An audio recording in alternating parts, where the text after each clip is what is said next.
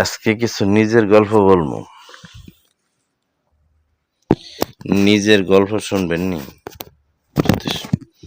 তা আমার ভিডিও তো ধাক্কা দিয়ে তুই চলে যান, একটু শুনে যান, যা যদি কারোর সাথে মিলে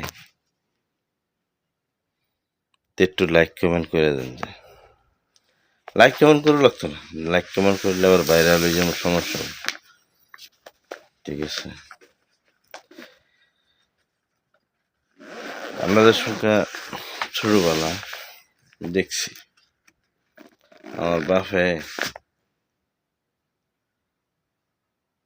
চাইল বেচ বাজারে বাজার, কিন্তু আঙ্গরে কোনো মানুষের বাড়ি কাম করবার কারণে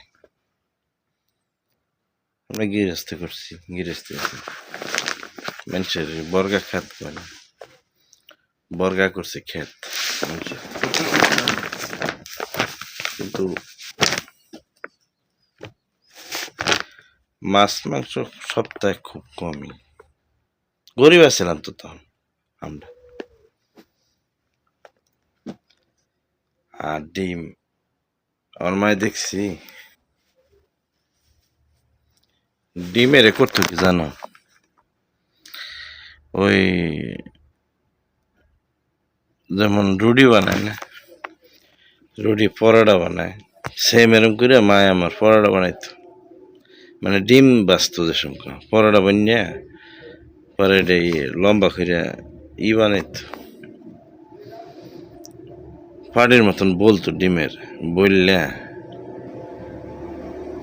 তে 5 খণ্ড করতো, মাঝে মাঝে আরেক খণ্ড বাড়াইতো করে হেরে বাক করতো। এটাই হচ্ছে বাস্তব। বাস করে হেই বাক করে আমার মায়ে দিত সবার পাতে পাতে ডিম একটা।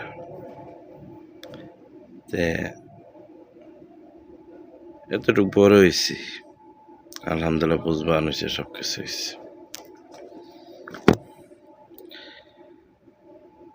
ভাই, যার বাপ মা আছে কখনো কষ্ট দিও না।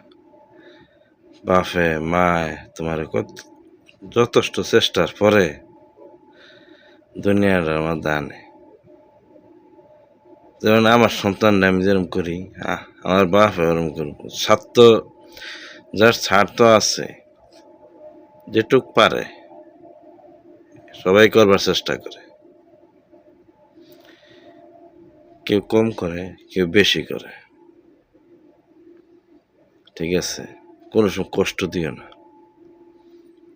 বাপ মা যতদিন আছে দুনিয়ার মধ্যে, মাটা তো দুনিয়াতে চলে গেছে, আমার মা নাই, প্রবাস থাকতে মা দেখিনি।